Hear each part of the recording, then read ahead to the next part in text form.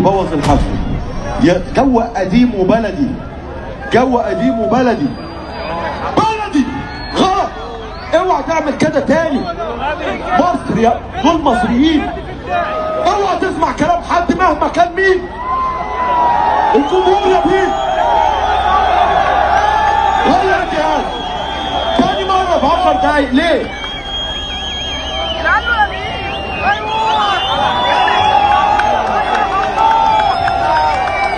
احنا اسفين والله، معلش بس عايز ابقى مركز معاك. اقل دور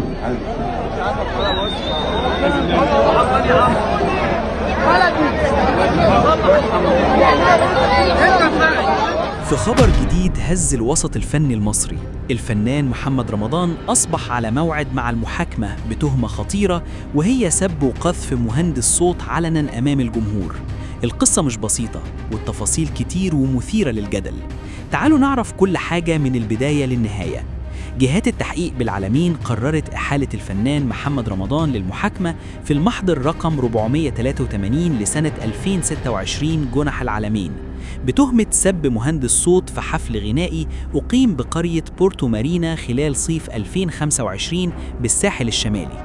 الخبر ده أثار ضجة كبيرة على السوشيال ميديا، خصوصاً إن في فيديو متداول بيوضح اللي حصل بالظبط. المحكمة حددت يوم 4 أبريل 2026 كأول جلسة للنظر في القضية، يعني الموضوع جد ومش مجرد كلام أو بلاغ اتقدم واتنسى.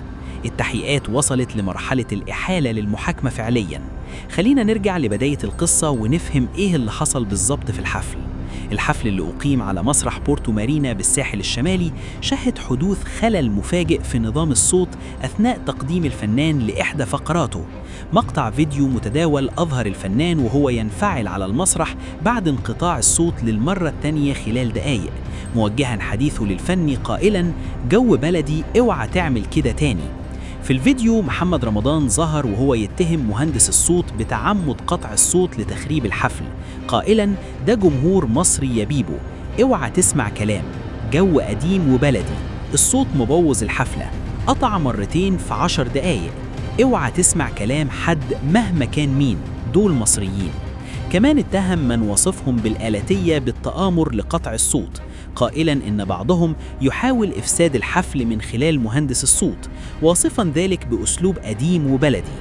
طبعاً الموقف ده كان محرج جداً لمهندس الصوت اللي واقف قدام آلاف الناس واتهم بحاجة هو بينفيها تماماً. مهندس الصوت قال في تصريحات إنه رغم علاقته القوية بالمسؤول عن الشركة المنظمة للحفل، فإن ما حدث كان مهيناً وغير مقبول، مضيفاً: أنا تعرضت للإهانة قدام الجمهور والفيديو موجود.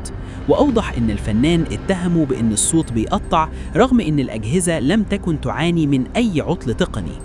وقال مهندس الصوت إن الفنان كان بيتكلم في المايك للجمهور ويقول الصوت بيقطع، وده عيب، لأنه لو في مشكلة فنية المفروض يكلمني على جنب، مش يحرجني قدام الناس بالشكل ده.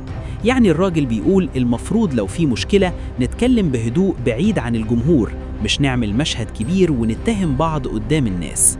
بعد الواقعة دي اتقدم مهندس الصوت عماد نبيل ببلاغ رسمي ضد الفنان محمد رمضان اتهموا فيه بإهانته قدام الجمهور. مهندس الصوت عماد نبيل صاحب شركة الصوت المشغلة للحفل كشف إن محرر المحضر هو المهندس عبد الله عماد، وهو أحد العاملين بالشركة، وتم إحالة المحضر للنيابة العامة واستدعاء الفنان للنيابة يوم 6 أغسطس ولكنه لم يحضر. مهندس الصوت أشار إلى أن الفنان تم استدعائه للنيابة إلا أنه لم يحضر الجلسة، كما لم يحضر أي من محاميه.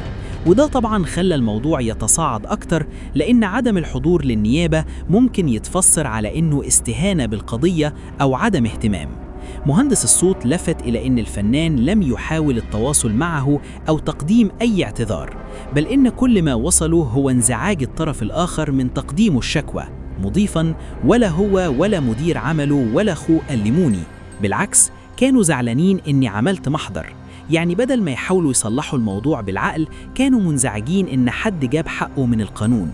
بحسب رواية مهندس الصوت، فإن ما حدث ليس تصرفاً استثنائياً من الفنان، بل تكرار لسلوك مماثل وقع العام الماضي خلال حفل سابق، مضيفاً: هو دايماً بيزعق قدام الجمهور وبيحرج الناس اللي شغالة معاه. وتابع: لا يوجد أي محاولة من ناحيته للاعتذار، ولا حتى مدير عمله أو شقيقه حاولوا يتواصلوا معي، بالعكس استغربوا أنني قدمت محضر. مهندس الصوت أشار إلى أن ما دفعه لاتخاذ الخطوة القانونية ليس البحث عن شهرة أو تصعيد، بل فقط استرداد كرامته وحقوقه بعدما وصفوا بالانتهاك المهني العلني. كلام منطقي جدا، لأن الإنسان لما يتعرض للإهانة قدام ناس كتير طبيعي يدافع عن نفسه ويطالب بحقه قدام القانون.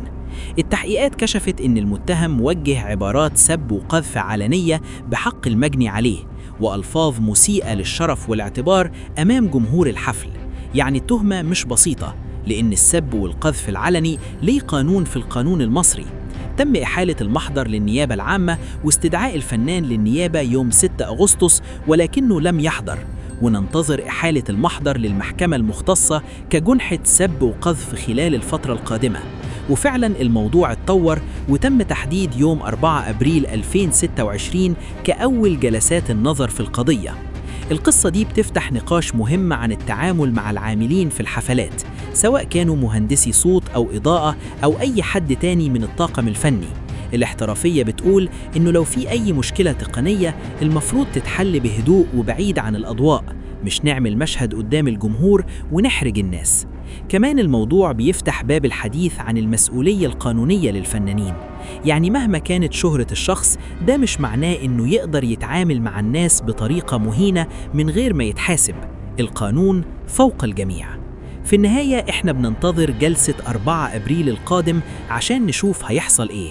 هل الفنان هيحضر المرة دي؟ هل هيقدم دفاع؟ ولا الموضوع هيتأجل تاني؟ وهل ممكن يكون في صلح بين الطرفين قبل الجلسة؟ كل الاحتمالات واردة. اللي أكيد إن القضية دي هتكون سابقة مهمة في التعامل مع العاملين في المجال الفني، وهتبعت رسالة إن الاحترام المتبادل مطلوب من الجميع، وإن أي حد بيتعرض للإهانة ليه حق يطالب بكرامته قدام القانون.